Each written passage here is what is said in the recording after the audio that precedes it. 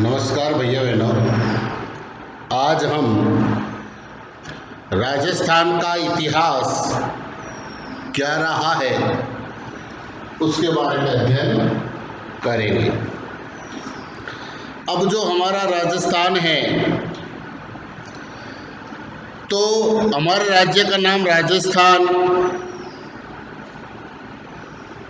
हमारे क्षेत्र को मेवाड़ क्यों कहते हैं कि हम मारवाड़ में रहते हैं, ऐसा क्यों? अब कारण क्या कि मेवाड़ मारवाड़ हमारे क्षेत्र के प्राचीन नाम है। जो मेवाड़ और मारवाड़ है तो हमारे इस राजस्थान के क्षेत्र के पुराने नाम हैं। राजस्थान जो आज हमें दिखाई देता है, पुराने समय में ऐसी राजनीतिक इकाई नहीं था। जैसे आज हमको राजस्थान का एक एकीकरण दिखता, कोई राजा नहीं, कोई जनपद नहीं, कोई कुछ नहीं, सीधे जिलों में है।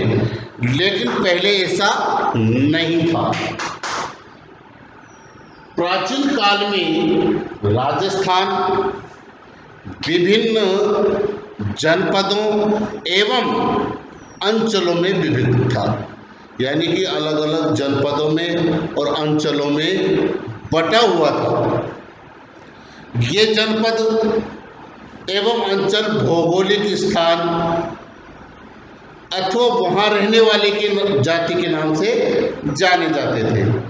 अब जो ये अंचल थे राजस्थान के पुराने समय में, या तो वहाँ जो जाति रहती थी उनके नाम से जाने जाते थे, या वहाँ पर भौगोलिक विशेषता रही होगी तो उस नाम से इनको जाने जाते थे। अब जैसे जांगल, मरु, अर्जुनाइल, सिरी, मेवात, हाड़ौती आदि और भी कई हैं जो आगे हम पढ़ेंगे। सबके बारे में विस्तार से हम चर्चा करेंगे तो हमारे समझ में आ जाएगा।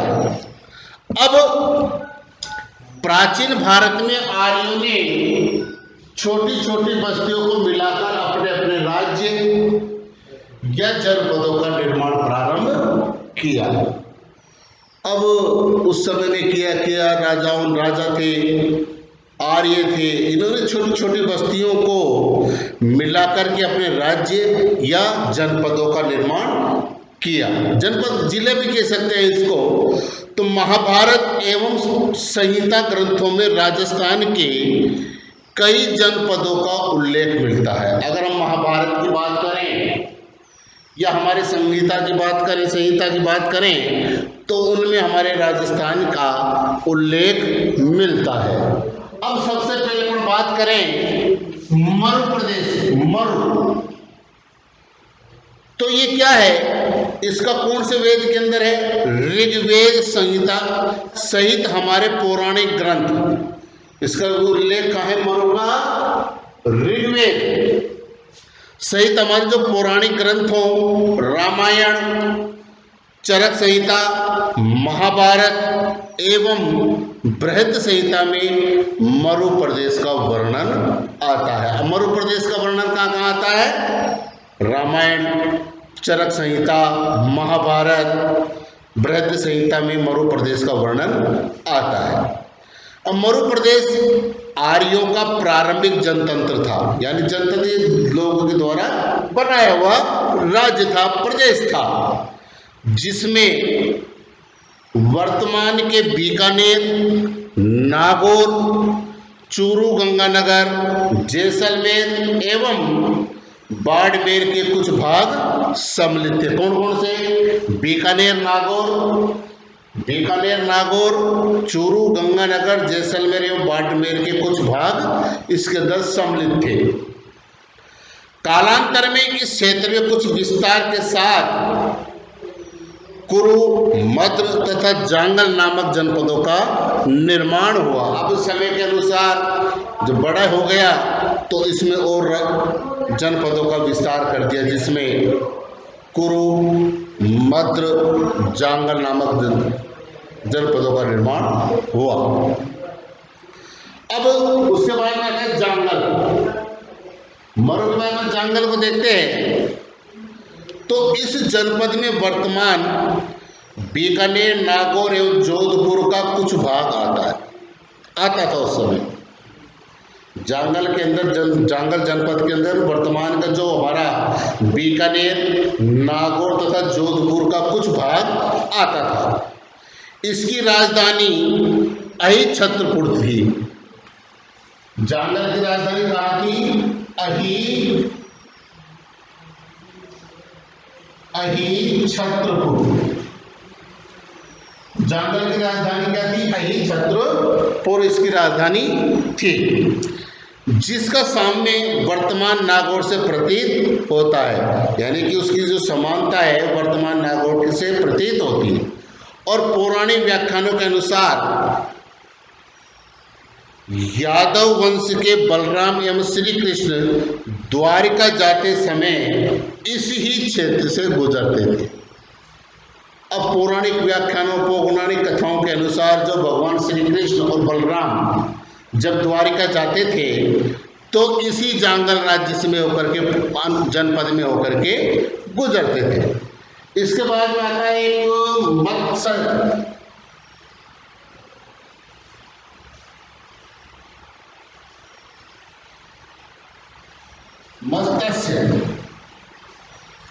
कौन सा था?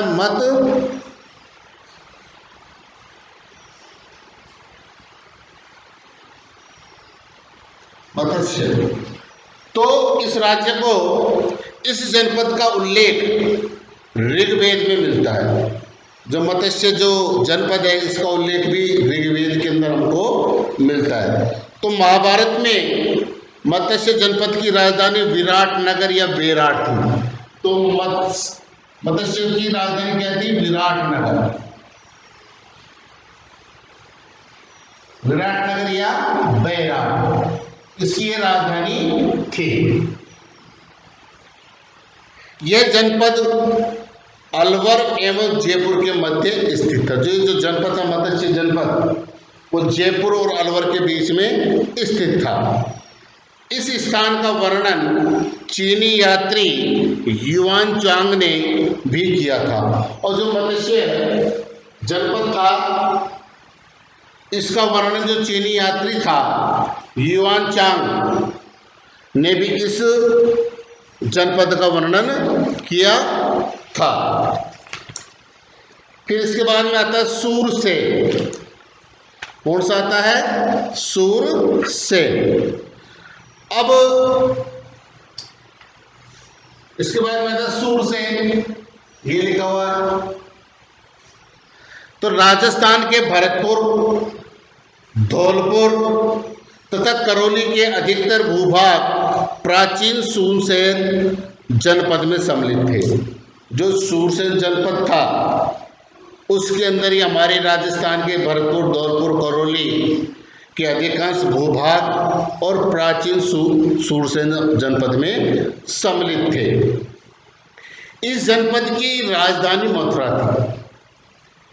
इस जनपद की राजधानी क्या थी? मथुरा। कौन से जनपद की राजधानी थी मथुरा? सूरसेन जनपद की। इसके अंदर भरतपुर, धौलपुर, करौली का कुछ भाग इसके अंदर आता था। 4वीं शताब्दी ईसा पूर्व से यूनानी लेखकों ने सिकंदर के समय में सूरसेन या सौरसेन का उल्लेख किया है। बयाना प्रशस्ति में भी सूरसेन नामक राजवंश का वर्णन मिलता है। जो बयाना प्रशस्ति में भी सूरसेन नामक राजवंश का वर्णन मिलता है। सिकंदर के आक्रमण के पश्चात अपनी स्वतंत्रता को सुरक्षित रखने के लिए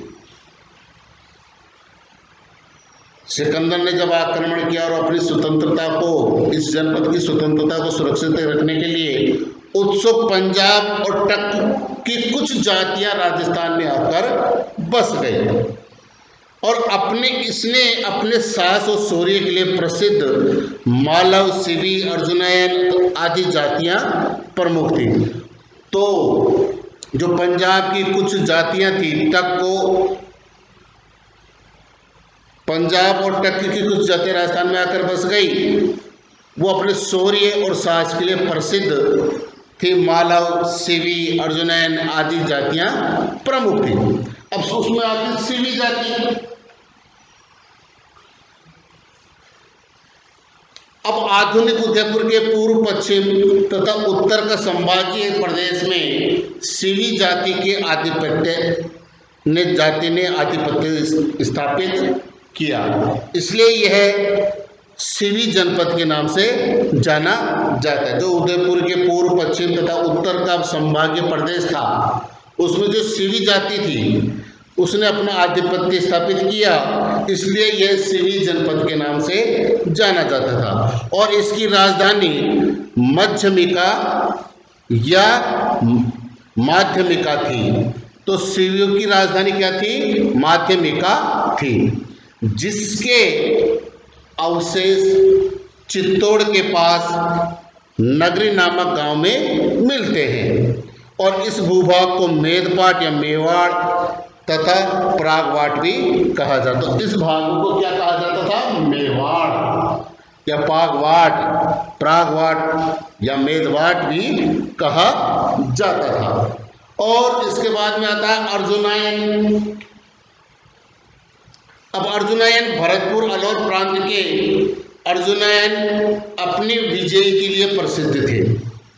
अर्जुनयन ने मालवों के साथ मिलकर विदेशी क्षत्रपों को परास्त किया। अब इन्होंने जो विदेशी क्षत्रप थे उनको परास्त किया, हराया, इसलिए अर्जुनयन अपनी विजय के लिए प्रसिद्ध थे। इसके बाद में था मालव। मालवों की शक्ति का केंद्र जयपुर के निकट नगर था, जो वर्तमान में टोंक जिले में स्थित है। अब जो मालव की शक्ति का जो केंद्र था, मालव जाति का जो शक्ति का केंद्र जयपुर के निकट था, नगर था टोंक जिला। कालांतर में यह अजमेर, टोंक एवं मेवाड़ क्षेत्र तक फैल गए और टोंक, प्रतापगढ़ एवं झालावाड़ का क्षेत्र मालव देश के अंतर्गत आता था। मालवों की दिग्विजय का युग अभिलेख नांदसा भीलवाड़ा में लगा। अब जो इनकी जो दिग्विजय थी, मालवों की विजय का परचम था, वो आज नांदसा भीलवाड़ा के अंदर लगा हुआ है। इसके बाद में आता है योद्धेय। कौन सा? योद्धेय। योद्धेय राजस्थान के उत्तरी भाग का योद्धेय भी एक शक्तिशाली गणतंत्रीय कबीला था। जो योद्धेय जाति थी वो भी एक गणतंत्रीय कबीला था। कबीला यानी ग्रुप, झुंड। संभवतः योद्धेयों ने भी उत्तरी राजस्थान को कुषाण शक्ति को नष्ट किया। जो उत्तरी राजस्थान की कुषाण शक्ति थी, कुषाण जाति थी, उसको नष्ट कर दिया, खत्म कर दिया। गुप्त काल तक भी ये गणतंत्री व्यवस्थाएं अपने अपने क्षेत्र में बनी रही। ऐसा प्रतीत होता है कि गुप्त सम्राटों ने इन्हें अर्ध आश्रित रूप में बनाए रखा। अर्ध आश्रित यानी इनके ऊपर आश्रित थे। कुछ सहयोग इनका प्रदान कर देते थे, कुछ ये नहीं करते। परंतु 5वीं सदी के बाद के हूण आक्रमणों ने